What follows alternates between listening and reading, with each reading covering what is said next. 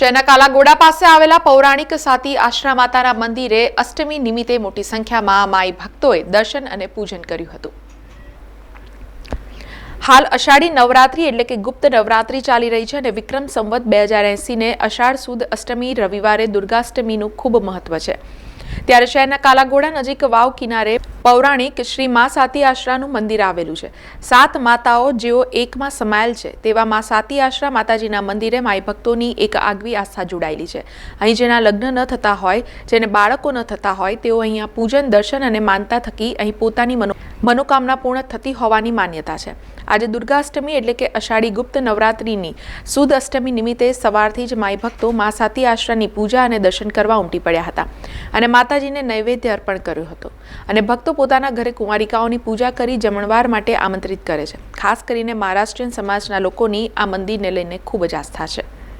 વડોદરા શહેરના દરેક મહારાષ્ટ્રીયન કુટુંબ કરતાં હવે તો બીજા કુટુંબના બી માણસો ગુજરાતી બધા આવે છે અને ગુજરાતી સમાજના બી આવે છે, મરાઠી સમાજના બી। આ માતાજીનું મહાત્મ્ય એવું છે કે સાતી આશરા માતાની પૂજા એટલા માટે કરવામાં આવે છે કે આપણા બાળકોને પછી જેને સંતાન પ્રાપ્ત ના થતી હોય એમને સંતાન પ્રાપ્ત થાય છે, જેનું લગ્ન નથી થતા હોતા એના લગ્ન થાય છે।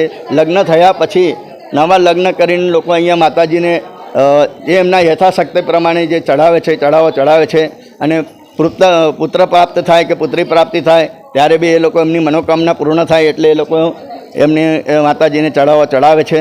આવી માતાજીની શ્રદ્ધા છે અને માતાજીને અત્યારે આઠમ નવરાત્રિ ચાલે છે। આષાઢ મહિનામાં અમારા મહારાષ્ટ્ર સમાજમાં છે ને કુમારિકા જમાડવાનું મહત્ત્વ વધારે હોય છે।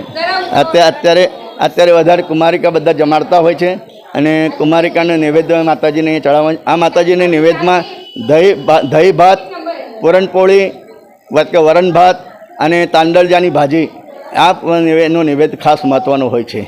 સમાચારોના સતત અપડેટ માટે TNN ન્યૂઝને YouTube પર સબસ્ક્રાઇબ કરી બેલ આઇકોન પ્રેસ કરો અને અમારી સાથે જોડાયેલા રહો Facebook, Instagram અને Twitter ઉપર।